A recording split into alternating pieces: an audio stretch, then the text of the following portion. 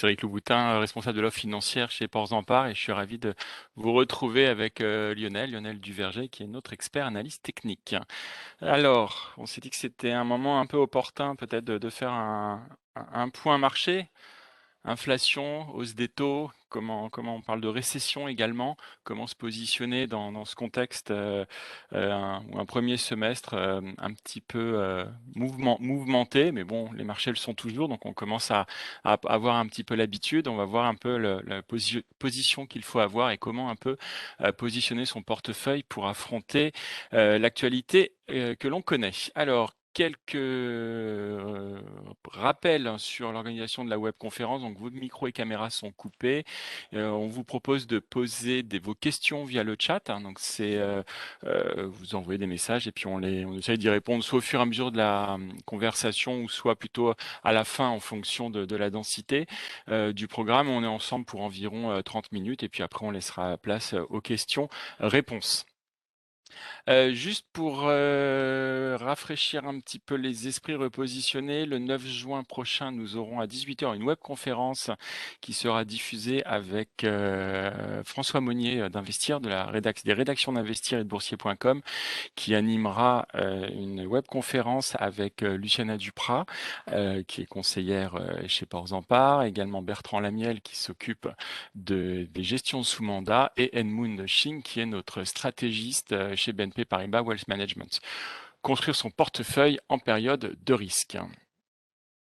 Nous aurons maintenant, nous allons commencer la webconférence. Donc, on va se répartir les rôles un peu comme on a l'habitude de le faire avec Lionel. Donc, je vais d'abord vous faire un panorama un peu général sur les marchés, sur les actions et sur la prudence peut-être qu'il faut faire preuve. Mais ce n'est pas non plus une raison pour être immobile et ne pas faire de mouvement dans son portefeuille. Bien au contraire, s'il y a quand même des rotations sectorielles qui se mettent en place et il serait dommage de ne pas les acter dans son portefeuille. Et puis Lionel fera un peu un point sur la partie analyse technique des marchés proches d'un rebond. C'est ce qu'on va voir, mais avec beaucoup de soubresauts, beaucoup de volatilité. Je laisserai Lionel développer. Alors, prudence et mouvement, c'est un peu ce que j'ai souhaité partager avec vous pour ce slide un peu de panorama un peu général. Il y a des mots qui sont sur toutes les bouches en ce moment, toutes les bouches des investisseurs qui chahutent énormément les marchés. C'est l'inflation, c'est la hausse des taux et un des corollaires qui pourrait être la récession. Alors, ce spectre de la récession, ça rappelle pour certains, alors moi j'étais un petit peu jeune, mais les taux qu'on a pu avoir dans les années 80 au niveau de l'inflation, des taux qui étaient à 14-15%, avec des taux d'intérêt qui étaient au-dessus des 15% et le violent choc récessif qu'on a pu connaître au début des années 80. Ça faisait aussi suite à 30 années de croissance très forte, mais également à deux chocs pétroliers clairement inattendus. Et il faut aussi avoir à l'esprit, parce que certains font le parallèle, il faut aussi avoir à l'esprit que vous aviez comment dire, une inflation des salaires, et les salaires étaient liés à l'augmentation des prix. Donc, ce qui avait peut-être une spirale un petit peu négative, ce qui a peut-être un petit peu tout précipité. Je vous ai remis en haut à droite les prévisions de croissance que l'on peut avoir chez BNP Paribas pour 2022-2023, ainsi que les prévisions d'inflation. Les prévisions de croissance ont été un petit peu revues en baisse sur les 2 derniers mois, donc sur les mois de mars et d'avril, mais pas non plus de manière drastique. Zone euro, on était un petit peu au-dessus de 3%, autour de 3%, maintenant on est à 2,8. Les chiffres d'inflation également revus en légère hausse. Je crois que ce qui est important de voir, c'est que l'inflation n'a pas été, va être très forte pour l'exercice en cours, donc pour 2022, donc c'est ce qu'on voit sur le graphe. Et pour 2023, on pense, notamment aux États-Unis, qu'on devrait revenir sur des niveaux un petit peu plus de long terme, un long terme à 2,5%. En fait, le pic d'inflation que l'on connaît aujourd'hui, et on pense et on espère transitoire, et on commence déjà à avoir quelques signes de ralentissement en fait de cette inflation. On a une demande de biens qui est en train de ralentir. On pense qu'on a eu, quand on voit les indicateurs avancés, on a eu un pic des achats de biens. Je parle en volume, je parle pas en prix. Un pic des achats de biens en volume qui est en train de ralentir, qui a atteint un pic en avril, tant aux États-Unis qu'en Europe. Donc on pense qu'on est en train d'enclencher un peu une phase de ralentissement un peu plus longue de l'inflation, donc sur un horizon de 2 ans. On est aujourd'hui à 8,5 en flash, en instantané sur les dernières publications. On pense qu'on peut tendre, ce que je disais tout à l'heure, vers 2,4%. On a les stocks de biens qui sont en train de se reconstituer. Donc c'est progressif, c'est très long, mais c'est en train de se reconstituer. Et on a un effet positif qui est la normalisation des chaînes de production. Alors certes, il y a encore des à-coups en Chine, mais on a quand même, d'une manière générale, une certaine normalisation. On a une stabilisation de la demande. Pourquoi? Bah parce que on a eu un effet, c'est là où ce qui se passe en Ukraine a un peu brouillé la situation, mais on a eu, avec le Covid, vous le savez, on a eu une augmentation, extrêmement forte post-Covid, de la demande et aussi une accumulation de richesses. Cette accumulation de richesses qui a enclenché et même provoqué des achats de biens de manière très très violente, est en train de se calmer un petit peu. Donc on aurait peut-être un effet un peu déflationniste qui est en train de se mettre en place sur les biens. Le souci, et on en est tous conscients, c'est que la baisse de l'inflation va être un peu plus longue que prévu, car avec l'envolée du prix de l'énergie, donc là c'est directement lié à la guerre en Ukraine, au conflit en Ukraine, on a un prix de l'énergie qui s'est envolé, que ce soit aux États-Unis comme en Europe. Autre élément important, on pense que la demande de biens va évoluer et elle est même en cours, en train d'évoluer. Ça risque d'être encore plus marqué cet été. Peut-être un peu moins d'achats de biens essentiels. Alors effectivement, l'alimentation, là, vous avez une hausse des prix, mais pour aller plus vers une hausse de dépenses un petit peu plus vers des services, vers des voyages. Et on pense que tout ça va accélérer fortement. Mais ça va permettre peut-être de compenser les achats de biens qui sont peut-être plutôt plus en baisse. Mais l'un dans l'autre, on pense qu'on a vraiment à horizon 2 ans une inflation qui va progressivement revenir sur ses moyennes historiques. Alors la hausse des taux. La hausse des taux, vous avez eu le message fort la semaine dernière de la Banque centrale américaine. Alors oui, c'est un message fort puisqu'ils ont augmenté de 50 points de base leur taux d'intérêt 2 ans, mais c'est aussi c'est fort parce que c'est la première hausse de 50 points de base depuis 22 ans, depuis l'ère Greenspan. Donc c'est vraiment, c'est un choc, quoi, c'est un virage. D'un autre côté, est-ce que c'était une surprise? Non, pas vraiment, puisque si on se souvient bien, depuis le mois de mai l'année dernière, donc depuis presque un an, Jérôme Powell guide pour cette hausse de taux. Jérôme Powell dit, voilà, je vais augmenter les taux, je vais réduire les rachats d'actifs, et c'est clairement ce qui est en train de se faire. Donc le scénario est en train de se dérouler. Alors à chaque hausse de taux, on pense qu'il y en aura d'autres, que ça va réduire et que ça va pénaliser la croissance aux États-Unis. C'est pas notre scénario principal. On pense qu'on peut avoir 6 hausses de taux cette année de 25 points de base. Donc on en a déjà eu 2 là. On en aura une autre certainement en juin, une autre certainement en juillet. Mais on ne pense pas que la Fed va avoir, oui, c'est les points de base, hein, la question m'est posée, c'est 50 points de base, pardon, donc 0,5%. On ne pense pas qu'il va y avoir,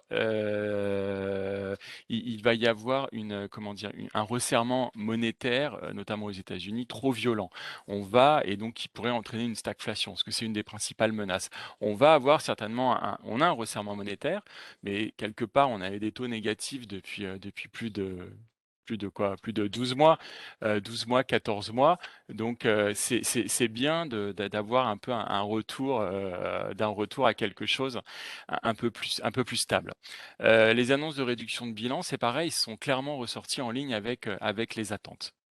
Donc voilà, hausse des taux, oui, mais c'était attendu. C'est en train de se dérouler sur un programme qui avait été prévu. Donc on ne pense pas que ça va avoir de conséquences trop pénalisantes sur la croissance. Récession. Alors, est-ce que l'inflation, hausse des taux vont provoquer une récession? Alors, techniquement parlant, intéressant de le rappeler, la récession, c'est lorsque une économie recule pendant 2 trimestres consécutifs. Et c'est la mesure de recul du produit intérieur brut. Donc, comme on vient de le décrire, on a on pense deux situations distinctes, l'Europe et d'un côté et les États-Unis. L'Europe, c'est les prix de l'énergie qui représentent la principale menace pour la croissance. Tandis qu'aux États-Unis, le focus, on le voit de ces derniers jours, est essentiellement sur la remontée des taux d'intérêt et donc la menace de la reprise post-Covid. Récession, non. Ralentissement économique semble plus probable. Effectivement, pour contrer cette inflation, pour un peu assainir peut-être un petit peu le marché devant autant de liquidités, la remontée des taux est salutaire aux États-Unis. La Fed ne fait pas ça de manière trop, comment dire, trop brutale. Elle l'accompagne. Donc on pense qu'il va y avoir, oui, un ralentissement économique. Est-ce que ça sera en 2022? Non. 2023, peut-être sur la fin de l'année 2023, mais ça va pas être ni trop violent ni trop rapide. Donc on a encore un petit peu de marge de manœuvre.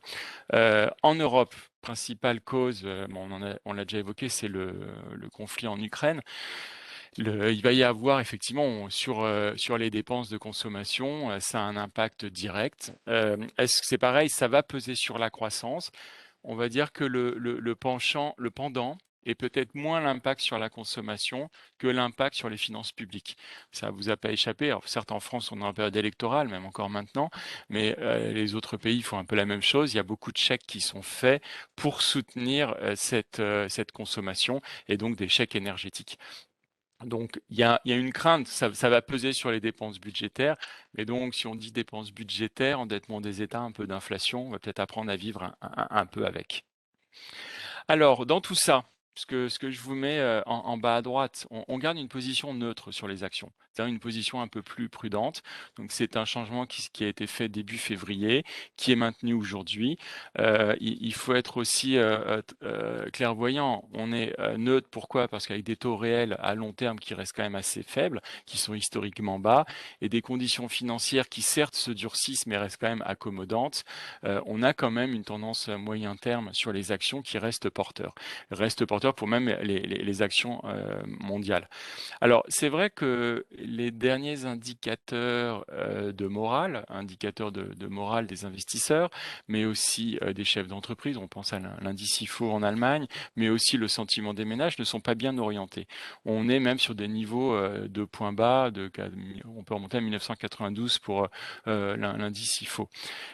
C'est compréhensible, hein, puisque vous avez une guerre qui est quand même à nos portes, vous avez des taux d'intérêt qui remontent. Ça fait 12 ans, 14 ans même qu'on vit avec des taux qui sont en baisse, qui sont voire négatifs. Ça fait 12 ans qu'on entend le quoi qu'il en coûte, l'hélicoptère monnaie, qu'on entend que voilà les banques centrales seront toujours derrière, comment dire, derrière les acteurs économiques pour les soutenir. Donc oui, on est en train de changer de paradigme. Donc forcément, ça crée de l'incertitude. Pourtant, quand vous regardez les chiffres du chômage, le marché de l'emploi est en pleine forme, que ce soit en zone euro comme aux États-Unis. Il n'y a pas encore de tension sur les salaires.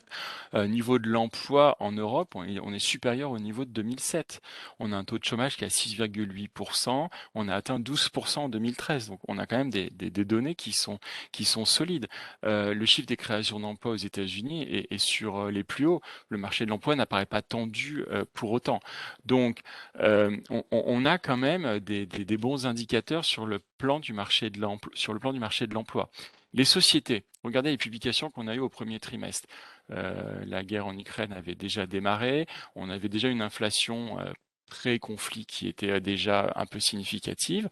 Pourtant, les entreprises ont sorti comment dire, un jeu de bonnes publications. Leurs bilans sont sains en moyenne. Il n'y a pas un taux d'endettement comparable à ce qu'on avait dans les années 2007, donc pré-crise des subprimes, où les banques étaient extrêmement endettées, où des entreprises aussi jouaient beaucoup avec le levier de la dette. C'est pas le cas aujourd'hui. Donc on a quand même des perspectives. Non, non, on a un état des lieux sur les entreprises ainsi que des perspectives qui sont plutôt bien orientées. Donc on voit pas de ce côté-là non plus de grosses inquiétudes. On peut même avoir on peut voir le verre à moitié plein. Alors, je voulais juste terminer ce petit panorama avec la Chine, parce que c'est vrai que la Chine est assez surprenante. C'est une zone géographique sur lequel on a souhaité, on avait une opinion un peu positive il y a un an, et puis finalement, c'est pas forcément bien terminé.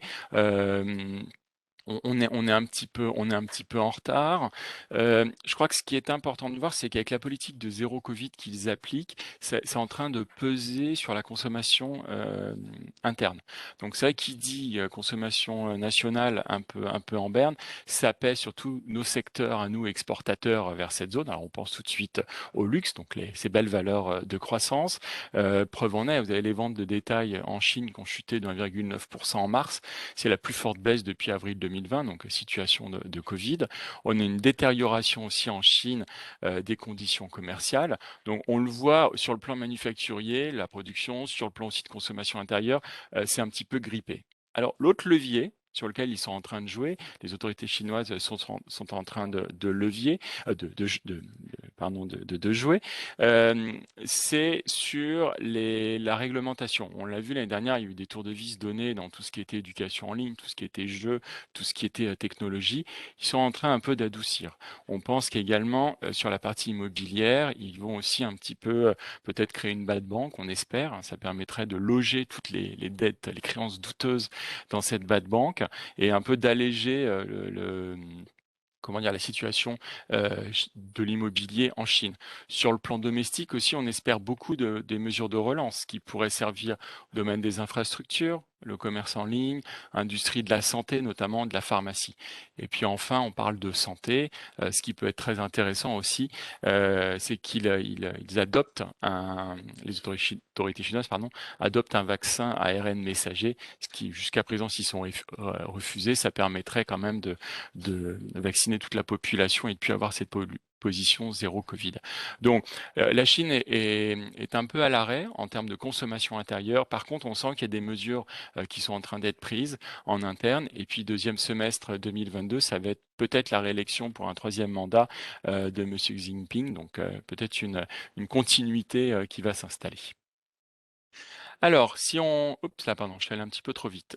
Si on passe au dernier slide sur la partie panorama, alors, qu'est-ce que je fais avec mon portefeuille? Après, une fois qu'on s'est dit tout ça, qu'on n'est pas on ne parie pas un scénario, on ne table pas, pardon, sur un scénario de récession, on pense qu'il faut quand même rester prudent parce qu'il y a quand même des incertitudes, mais tout n'est pas aussi noir que certains indicateurs veulent bien le donner. Euh, donc, premier constat, depuis maintenant le mois de novembre l'année dernière, il y a eu un net recul, une nette sous-performance des valeurs cycliques par rapport aux valeurs défensives. Les valeurs défensives, effectivement, sont revenues sur le devant de la scène.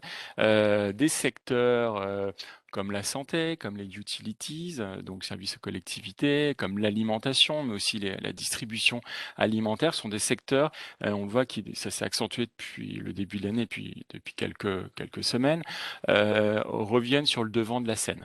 À l'inverse, et c'est là on pense qu'il est très important de rester mobile et actif sur son portefeuille, vous avez des secteurs, et alors on sait que c'est très difficile parce que c'est des secteurs qui depuis 10 ans ont qu'un seul sens, qui est la hausse. C'est des secteurs comme celui de la technologie, mais comme ceux du luxe, sont des secteurs, donc c'est ces secteurs de croissance, alors certes avec des dividendes, des valeurs rentables, mais ces secteurs ont aussi des valorisations très tendues. Ils ont des attentes de croissance de dividendes extrêmement élevées, et donc moindre déception, ça pardonne pas. Il y a des corrections très fortes. Je pense que la correction d'Hermès vous a pas échappé. Même chose pour notre champion national, autre deuxième LVMH. Donc, on incite à être beaucoup plus prudent sur ces secteurs parce que ces secteurs de croissance ne sont plus des secteurs qui sont bien orientés selon notre modèle BCAP. Et c'est pour ça quand vous voyez notre allocation sectorielle à droite, c'est la technologie, par exemple, avant-dernière ligne. C'est un secteur qui depuis, le mois de février est vraiment, mal orienté et c'est pas une pondération que l'on recommande d'accentuer. Au contraire, on pense alors c'est pas non plus, il faut pas non plus tout vendre, mais il faut quand même avoir une pondération un peu plus en ligne avec ce que l'Eurostoxx, peut vous proposer. Donc vraiment un peu plus de vigilance. Regardez les secteurs défensifs, restez mobile et essayez de faire des arbitrages. Après, peut-être un dernier arbitrage aussi à avoir à l'esprit, c'est, on le dit toujours, mais le modèle BCAP que l'on a, donc qui à partir de moyennes mobiles met en avant des sociétés leaders.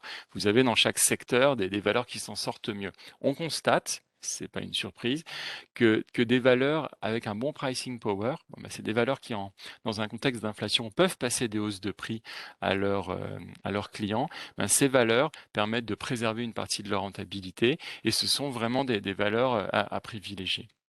Et enfin, j'en terminerai avec un segment, on en parle souvent, c'est difficile, mais on maintient que sur une période de long terme, c'est un segment sur lequel il faut être présent, c'est le segment des mid and small caps. Et plus précisément, Lionel l'illustrera, on a le segment comment ça s'appelle, de euh, le segment des mid qui est particulièrement bien orienté. Donc c'est vraiment un focus qu'il faut garder à l'esprit. Voilà. Lionel, j'en ai terminé avec ce grand panorama. Je te laisse la parole pour le point technique. Oui, bonjour. Sur la prochaine, sur le prochain chart, on commence, je crois, par le marché américain. Non, pardon, on commence par un petit point sur les taux. Alors, c'est vrai que là, ici, vous avez le taux à 10 ans américain. Donc, il n'a eu de cesse de monter depuis le début de l'année. Si on met de côté la petite parenthèse de baisse au moment du pic de stress sur le marché action, c'était fin février. En dehors de ça, les taux ont continué à monter, quasiment en ligne droite depuis le mois de mars.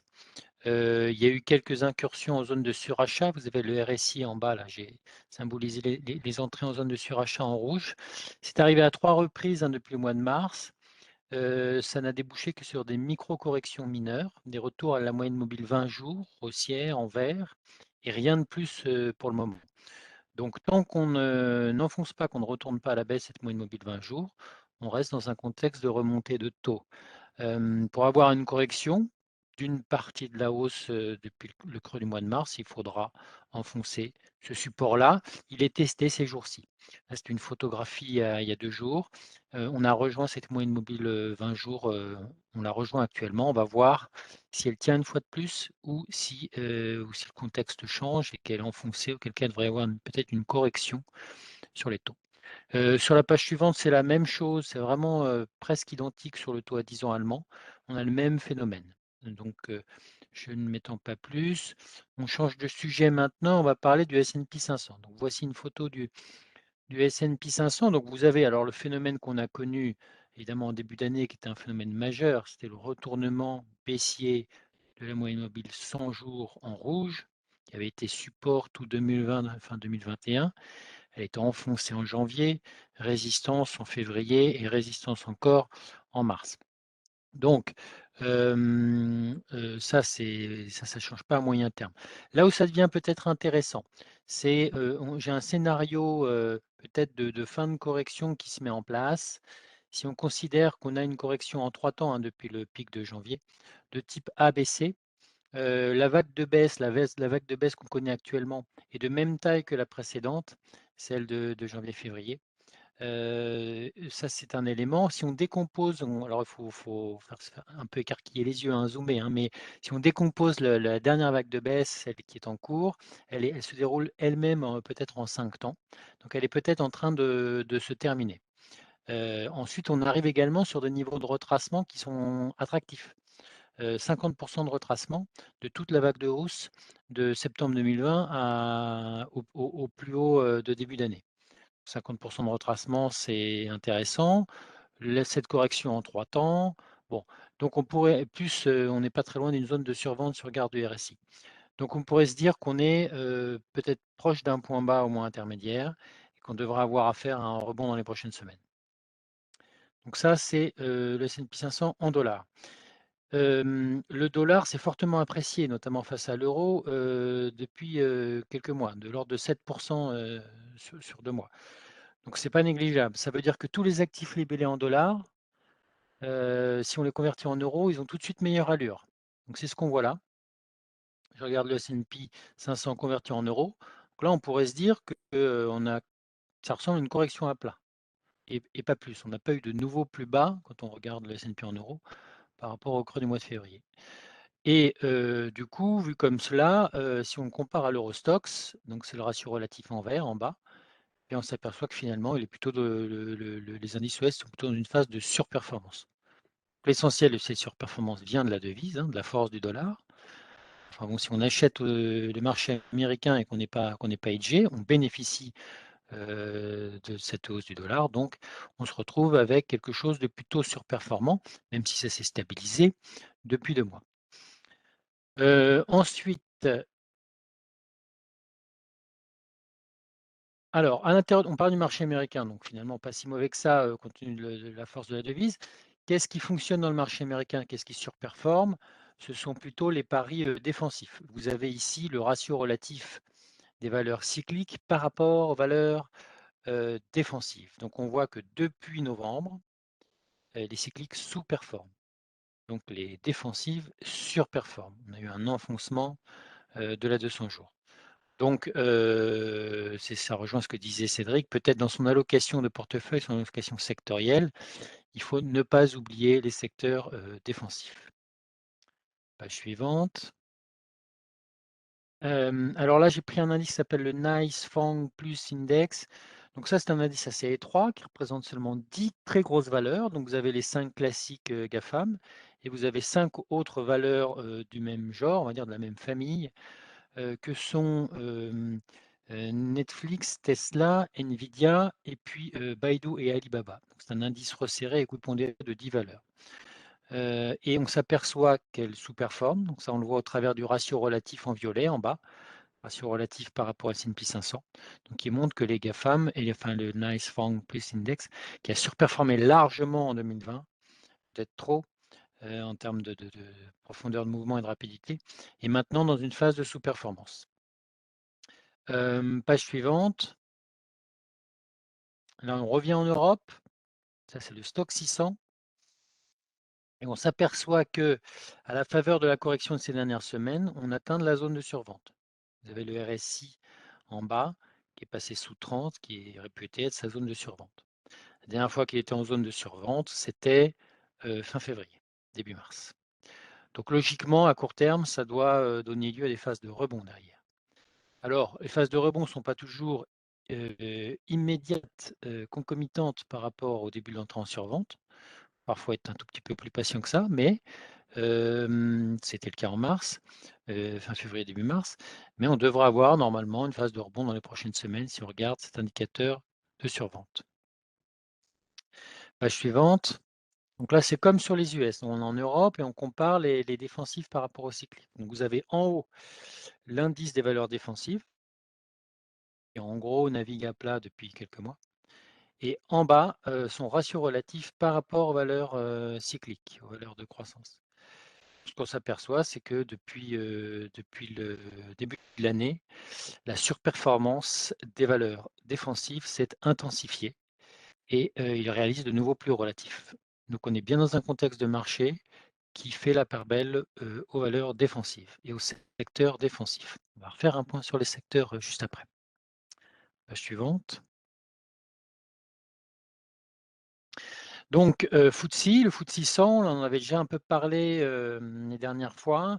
Donc, c'est la même chose. Le FTSE 100, par sa composition sectorielle, est plus sur les secteurs qui fonctionnent actuellement, donc il surperforme. Donc, vous voyez en bas son ratio relatif par rapport à l'Eurostoxx. Donc, surperformance du FTSE qui se poursuit. Et une page suivante. Alors là, on a la même chose en bleu. En bleu, c'est la même chose. En bleu, c'est le ratio relatif. Et vous avez en blanc les EPS, hein, les prévisions de bénéfices par action de la part des analystes. Donc, les valeurs du FTSE 600 sont relevées en termes de prévision de résultats par les analystes. Donc, ça permet d'accompagner ce mouvement de surperformance du FTSE. Ensuite, alors là, je regarde quand on pense au FTSE, donc je disais sa composition sectorielle est différente, on l'avait déjà vu des fois précédentes. Il y a notamment un secteur où c'est frappant, c'est sur le poids des valeurs minières, hein, donc ce qu'on appelle les basic resources. Les valeurs minières sont non négligeables dans le FTSE 100, prennent 9% de l'indice, alors que c'est quasiment absent de l'Eurostoxx. C'est quantité négligeable dans l'Eurostoxx, mais ça ne l'est pas dans l'indice anglais. Et là aussi, on a un niveau de valorisation qui est très attractif. Si on regarde le PE, le PE forward, le PE pour les 12 mois à venir, tel que prévu par les analystes de ce secteur-là, on s'aperçoit qu'il est autour de 6, ce qui est vraiment très peu cher, à la fois en absolu, à la fois en relatif aux autres secteurs et à la fois historiquement, puisque pour revenir à des niveaux de valorisation aussi faibles sur ces secteurs-là, il faut revenir à 2011. Et c'est très en dessous de la moyenne long terme qui est symbolisée en bleu. Donc, cette bonne performance relative de ce secteur-là est amenée à se poursuivre si on se fie à cette faible cherté. Page suivante. Je change de sujet, Cédric en a parlé sur les mid-cap. Alors là, c'est les mid-cap françaises, c'est le CAC Mid 60. On s'aperçoit qu'il est dans une phase de surperformance après avoir plutôt sous-performé en 2021 jusqu'à début 2022. Il a envoyé un signal haussier en relatif en février-mars et ça se poursuit depuis. Et les mid-cap françaises continuent de surperformer. Cette surperformance est plus claire que sur les small, hein. C'est vraiment plus notable encore sur les mid. Page suivante. Là, je vous ai remis tous les secteurs superposés depuis le début de l'année. Je vous ai même mis les dividendes avec, parce que comme on est dans une période de détachement de dividendes, c'est important de le prendre en compte pour mesurer les performances réelles pour un investisseur. Donc on s'aperçoit qu'il y a, il y a assez peu de changements par rapport aux fois précédentes. Sur le podium, on va dire. En première et deuxième position, ça s'est interverti, mais ça reste les mêmes. C'est énergie, matières premières, donc les secteurs liés à ce contexte inflationniste. Donc ça reste les meilleurs secteurs sur le marché. La troisième place du podium a changé. C'était santé la dernière fois. La troisième place du podium a été prise par un secteur défensif par excellence, c'est le secteur des télécoms. Et ensuite, dans les bons secteurs qui suivent, on retrouve un peu les mêmes. Donc santé, on vient d'en parler, utilities, donc les services aux collectivités. Secteur de l'assurance, hein, on note que dans la finance, l'assurance se comporte mieux que la banque et s'en sort bien. Et puis secteur alimentaire, donc qui est également un secteur défensif et moins cyclique que bien d'autres. Et puis parmi les moins bons secteurs depuis le début de l'année, on retrouve d'anciens bons secteurs des années précédentes, mais pas cette année en tout cas, que sont la techno, l'industrie et les valeurs du luxe.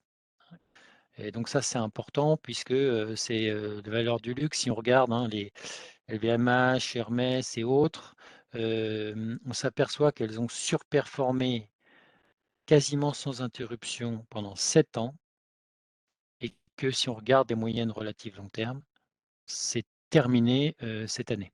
Donc on est dans une phase de sous-performance dont je ne pourrais pas vous dire combien de temps elle va durer parce que je ne suis pas devin, mais force est de constater que ces moyennes long terme relatives sont baissières sur le secteur du luxe, pour la première fois depuis 7 ans, je le rappelle.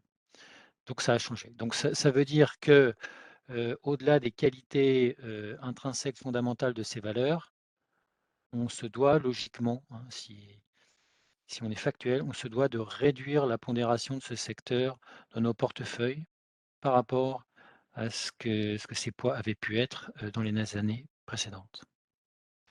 Page suivante. Un petit mot sur l'or.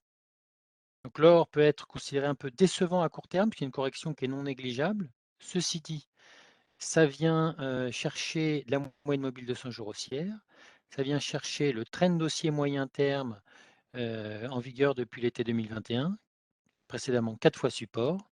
Donc on peut s'attendre raisonnablement à ce que ça soit support une fois de plus et que ça reparte à la hausse. Et encore une fois, je reviens au tout début de la présentation, l'or c'est libellé en dollars. Si on prend en compte l'appréciation du dollar et qu'on convertit ça en euros, ça a tout de suite meilleure allure. C'est le petit encart que je mets en bas, sur fond noir là, en bas à droite, là où je mets de l'or donc en dollars, c'est la même chose, mais je mets l'Eurostoxx, du coup je convertis en dollars pour comparer, les choses comparables. On s'aperçoit que c'est +1 contre -21 depuis le début de l'année. Donc l'or n'a pas à rougir, de cette correction récente et ça reste quand même un actif de diversification, intéressant dans une approche globale. Page suivante, cette fois on va parler du Brent, du pétrole, version Brent. Donc on s'aperçoit que depuis le pic, de début mars, on a ce qu'on va dire une stabilisation. Une stabilisation sur des niveaux élevés, une sorte de correction à plat, et on n'a pas de reflux, notable, de correction profonde. C'est juste stabilisé sur des niveaux au-dessus du support intermédiaire à 97,50 en dollars, qui a été support sur les 2 corrections, celle de mars et celle d'avril. Donc correction à plat là-dessus, je ne peux pas dire autre chose que cela, à ce stade. Avec d'une moyenne mobile de 100 jours en bleu qui se rapproche, petit à petit, dans le cadre de cette correction à plat. Voilà, j'en ai terminé pour cette partie-là. Ouais, merci Lionel, merci beaucoup. Donc, pour un peu résumer ce qu'on a pu se dire, hein, on a un taux d'inflation qui est certes très élevé, mais on pense que maintenant le pic est passé. Effectivement, la croissance aussi va se ralentir, hein, mais on ne parle pas pour autant de récession. Certaines prudences à court terme sur les marchés actions, mais ça ne signifie pas qu'il faut rester immobile dans vos allocations, dans vos choix sectoriels. Lionel a bien mentionné la surperformance des défensives par rapport aux valeurs cycliques depuis plusieurs mois. Mentionné et souligné une sorte de décrochage des secteurs tech, des secteurs luxe, qui sont des valeurs sur lesquelles on a gagné beaucoup d'argent les années précédentes. Mais voilà, tous les arbres ne montent pas au ciel, donc il y a peut-être des réallocations, des rebalancements à faire dans ces portefeuilles. Et puis effectivement, pour les plus audacieux, il y a peut-être des rebonds techniques qui peuvent se profiler à l'image du stock 600, comme l'indiquait Lionel, du S&P éventuellement. Voilà, donc des choses à considérer. Alors, vous pouvez poser vos questions dans le chat, hein, via la messagerie. J'ai une première question sur les fonds mid and small la question est, font-ils toujours face à des retraits ou la tendance commence-t-elle à s'inverser? Alors, c'est une très bonne question parce qu'effectivement, ce qui sous-tend la performance des fonds mid and small, c'est pas uniquement la bonne santé des entreprises, mais c'est aussi les flux, le flux acheteur ou vendeur sur les fonds. Alors, on le traque tous les mois dans la liste Mid and Small que l'on publie pour ceux qui y sont abonnés.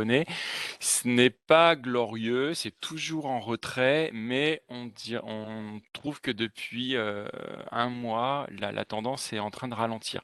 Donc, il y a de moins en moins de décollecte sur ces supports.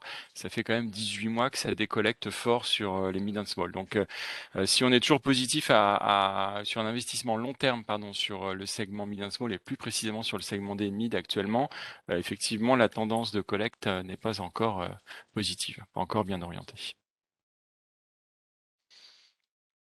Une autre question sur le segment pas mid and small, mais de M&A, donc la reprise des fusions-acquisitions. Alors, il y a deux choses. Vous évoquez dans votre message la baisse des valorisations. Alors, certes, il y a une baisse des valorisations avec la correction, mais ce qui veut dire aussi que, je pense à tout ce qui est introduction en bourse, il y a forcément aussi une crainte.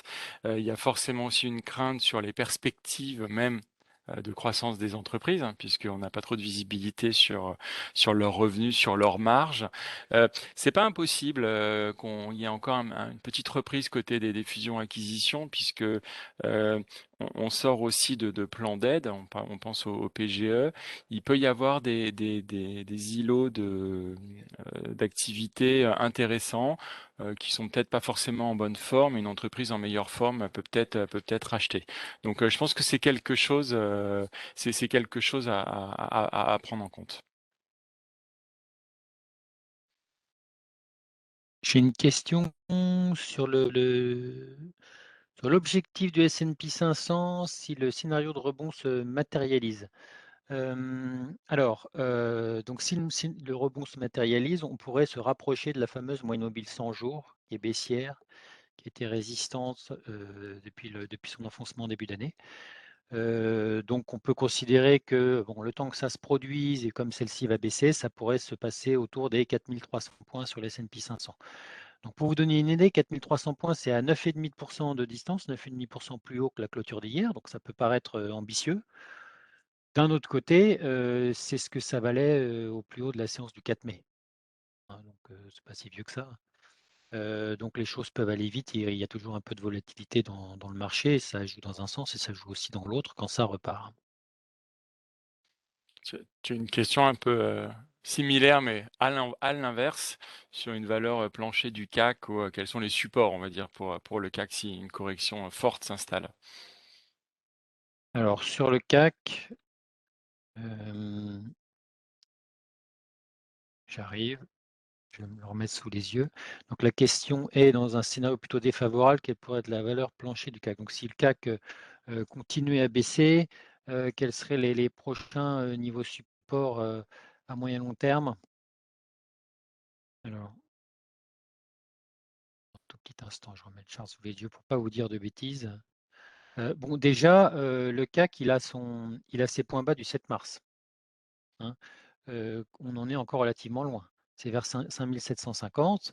Donc on a encore un peu de marge par rapport à ce point-là. Si la baisse devait se poursuivre, la première chose, ce serait d'observer, le comportement si on revenait chercher, 5 750. Donc ça, c'est 6% plus bas que les niveaux actuels. Ça laisse quand même un peu de marge de sécurité par rapport à ce prochain support. Bon après, si on ne tient pas ça non plus, bon après ça devient, plus compliqué. Mais enfin chaque chose, en son temps, étape par étape. On a déjà ce point support-là, qu'on aurait en ligne de mire si la baisse se poursuit dans un premier temps. Il y avait comment dire? Une remarque sur, le taux d'inflation aux États-Unis et savoir si on avait, passé le pic ou pas. Alors bon, je pense que de toute façon, on peut pas répondre de manière très précise, mais, ce que nous, on observe, ce qu'on voit côté, stratégie, c'est que, on a des ralentissements pour nous en termes de problèmes de pénurie. On parle plus des pénuries qu'on a pu avoir, il y a un an sur le bois, sur, les céréales, sur, différentes matières, alors non pas premières, mais transformées, de biens transformés. Aux États-Unis, en tout cas, on pense qu'il y a vraiment un essoufflement de tous les chèques. On pense aux chèques de 1 500 $ qui ont été faits par l'administration Trump pour relancer la consommation. Aussi un niveau d'épargne qui est en train progressivement de baisser. Donc c'est tout autant d'arguments pour dire que voilà, le pic d'inflation, on y est, ou on est en train de le passer. Alors après, bon, on n'a pas la boule de cristal. Et par contre, où je vous rejoins, c'est qu'il ne va pas y avoir de désenflement rapide de cette inflation, en cause les prix de l'énergie, qui partout pénalisent tant le consommateur que le producteur de biens sur ses factures énergétiques. Une question sur les retraits de cotes, vont-ils pouvoir s'accélérer, notamment sur les small caps? Alors là, j'avoue que j'ai pas d'avis vraiment très précis. On voit au contraire qu'il y a le cycle des introductions en bourse, avec un marché qui s'est un peu plus stabilisé. Alors je dis pas qu'il va mieux, mais un marché qui s'est un petit peu stabilisé. Les introductions en bourse reviennent sur ce segment des mid and small. Encore une fois, il y a de la croissance. On a des sociétés qui sont encore en bonne forme financière. Donc oui, effectivement, plutôt que de faire des rachats d'actions, plutôt que de faire des retours à l'actionnaire et des dividendes plus élevés, pourquoi pas faire des OPR pour des sociétés qui s'interrogeaient. Ça, on peut encore avoir ça, en tout cas pour l'année en cours, pour l'année 2022. Peut-être une question, Lionel, sur les équipementiers auto, d'un point de vue Oui. chartiste. Bah, c'est un secteur qui reste, sous-performant, hein, globalement, hein. Il a amplifié la baisse, en février-mars, n'a pas rebondi plus que le reste ensuite. Ils ont fait pour certains d'entre eux, comme Forestia, des nouveaux plus bas, derrière. Donc c'est un secteur qui reste, sous-performant, à moyen terme, un sous-secteur qui reste sous-performant à moyen terme, hein, jusqu'à preuve du contraire. Merci Lionel. Je vois une question aussi sur les indices australiens bien exposés aux matières premières. Alors on n'a pas de suivi précis de ces indices. Effectivement, le segment des matières premières, la position est de dire de la banque qu'on est au cœur d'un super cycle des matières premières qui est en train de se réenclencher. Le seul bémol, hein, c'est le manque d'investissement qu'il y a eu par les sociétés dans l'amélioration de la productivité, dans la recherche de nouveaux gisements. Il y a eu vraiment un sous-investissement énorme depuis plusieurs années. Donc avant que le super cycle ne se poursuive, ça risque d'être un petit peu, comment dire, long. Il faut que les investissements reprennent. Donc c'est en train de se remettre en place progressivement, et ce qui fait que voilà, on est en faveur d'un nouveau super cycle sur les matières premières. Donc, donc je pense Et que les... Vas-y, oui, vas-y. et ça se retrouve dans l'indice, hein, l'indice australien. Même si c'est vrai, c'est pas un indice qu'on suit de très près, hein, mais je l'ai sous les yeux. Ça reste un latéral si on le regarde en devise locale, hein, comme par exemple le FTSE ou les secteurs défensifs dont on parlait. Et si on le convertit en euros, on est même avec une moyenne mobile de 100 jours haussière. Donc c'est pas donné à tous les indices. Il y a une question aussi sur le SMI, exposé santé. Je sais qu'on en avait parlé Oui, il y a oui, quelque temps, santé moi je l'ai pas remis alimentaire, cette hein. fois. Oui, je l'ai Oui. pas remis cette fois-ci. Bon, l'indice suisse est un peu spécial puisqu'il y a presque 50% qui est sur trois valeurs, trois très grosses valeurs, donc deux santé et une alimentation. Donc un peu resserré, un peu concentré sur ces valeurs. Enfin, globalement, il reste, même si c'est moins net que sur le FTSE, il reste dans une phase de surperformance de par son aspect défensif. Bien, c'est parfait. Merci beaucoup Lionel. Merci à tous pour votre participation. Je vous souhaite une très bonne journée et à bientôt. Au revoir.